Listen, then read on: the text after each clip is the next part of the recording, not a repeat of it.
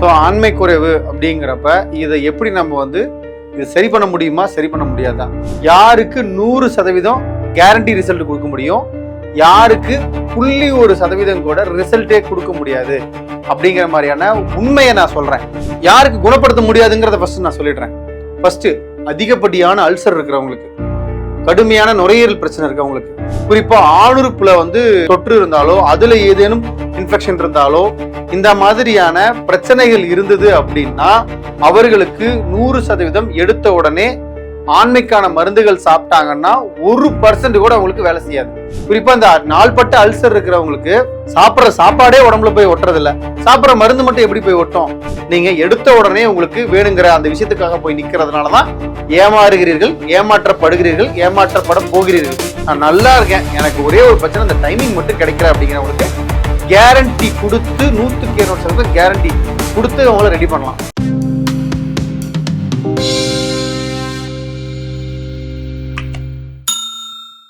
அனைவருக்கும் வணக்கம். நான் உங்கள் ஹீரர் சக்திவேல் யுவராஜ் பேசுறேன்.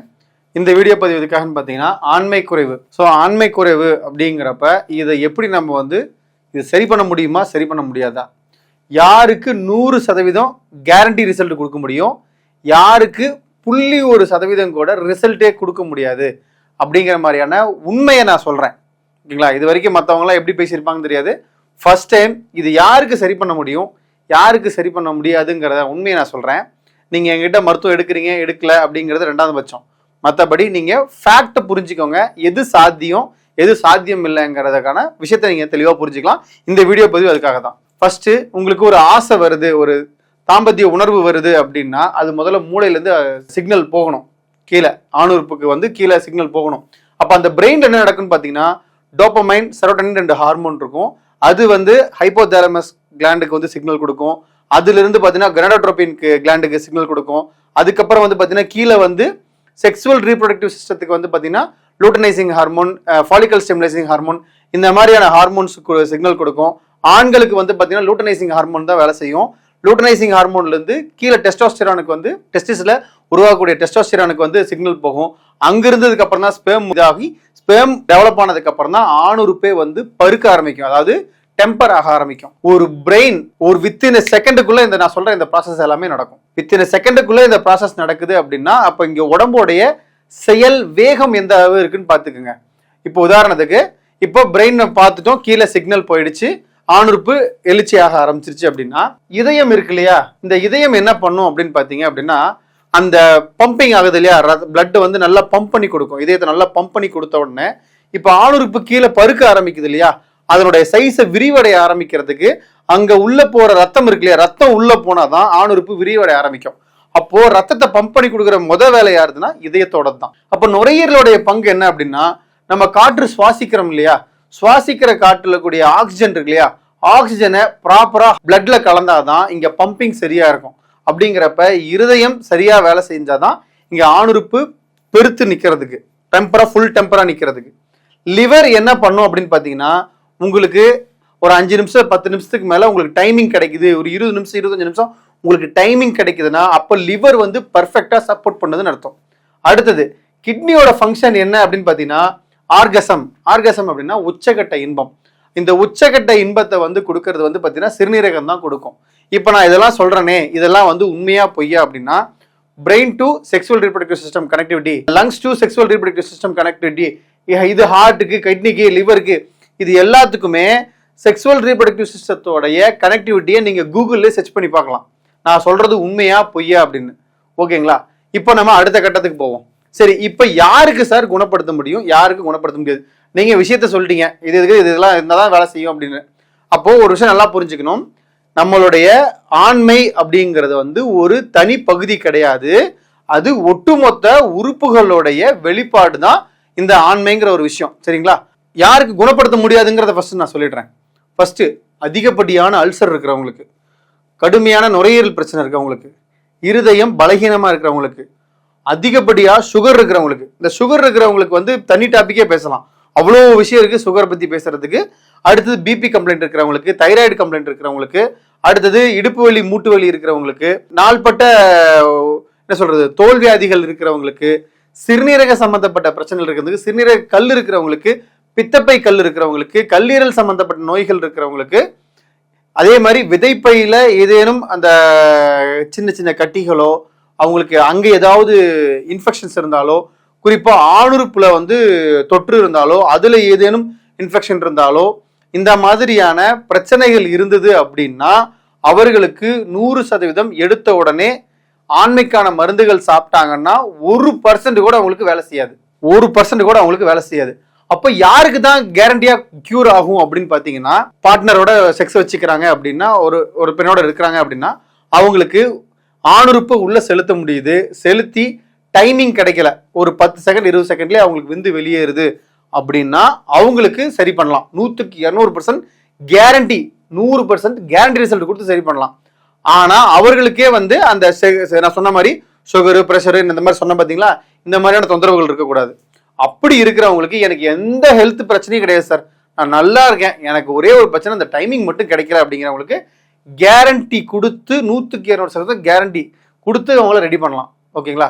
இப்போ மற்றவங்களாம் இருக்காங்கல்ல, சார் நீங்க சொல்லிட்டீங்க, இப்போ எங்களுக்குலாம் என்ன வாழ்க்கையே போச்சா, எங்களுக்குலாம் இது குணமே ஆகாதா அப்படின்னு கேட்டீங்கன்னா, இங்கதான் ஒரு விஷயத்த நீங்க புரிஞ்சுக்கணும்.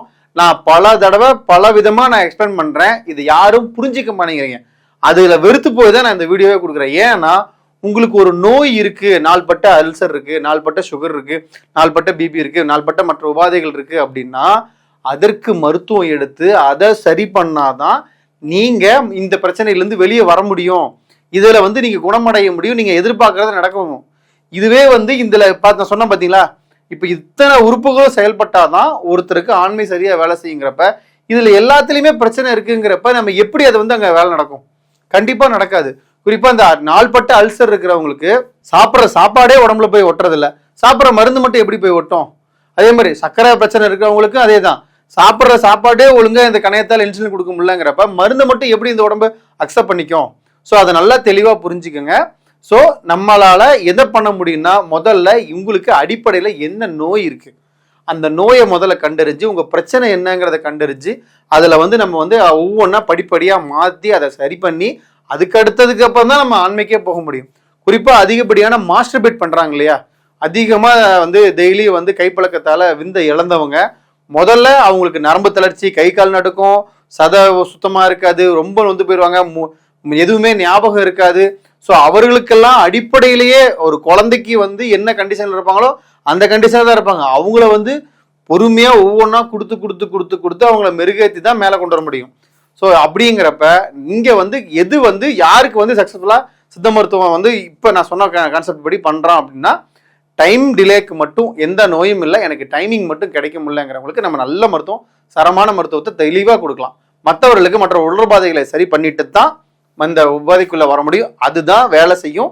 மற்றபடி நீங்க எங்க போய் மருந்து வாங்கி சாப்பிட்டிருந்தாலும், நீங்க எந்த இடத்துல போய் மருந்து வாங்கி சாப்பிட்டிருந்தாலும் வேலை செய்யாம போறதுக்கு காரணம் என்னன்னா, நீங்க 20,000 30,000 50,000 லட்சக்கணக்கில் நீங்க செலவு பண்ணியிருந்தாலும் உங்களுக்கு வேலை செய்ய முடியாத காரணம் உங்களுடைய அடிப்படை பிரச்சனையை சரி பண்ணாம நீங்க எடுத்த உடனே உங்களுக்கு வேணுங்கிற அந்த விஷயத்துக்காக போய் நிக்கிறதுனாலதான் ஏமாறுகிறீர்கள், ஏமாற்றப்படுகிறீர்கள், ஏமாற்றப்பட போகிறீர்கள். ஒண்ணு புரிச்சுங்களா? இன்னொரு விஷயம் என்ன அப்படின்னா, எனக்கும் மற்றவங்களுக்கும் உள்ள வித்தியாசம் என்ன அப்படின்னா, நான் ஏன் இந்த விஷயத்த ஓப்பனா உடச்சு சொல்றேன் அப்படின்னா, ஃபோன் பண்ணா ஒவ்வொருத்தவங்களுக்கு என்னால எக்ஸ்பிளனேஷன் கொடுக்க முடியல. மற்றவங்க 1000 விதமா எப்படி வேணா பண்ணலாம். ஏன்னா எனக்குன்னு ஒரு எத்திக்ஸ், தொழில் தர்மம் எனக்குன்னு நான் ஒன்று வச்சிருக்கேன்.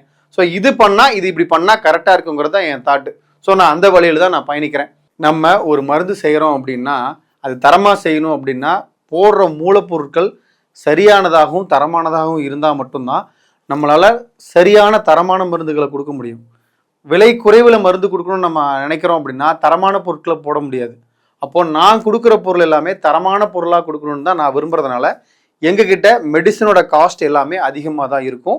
உங்களுக்கு விருப்பப்பட்டால் நீங்கள் எங்ககிட்ட மருத்துவம் எடுத்துக்கலாம்.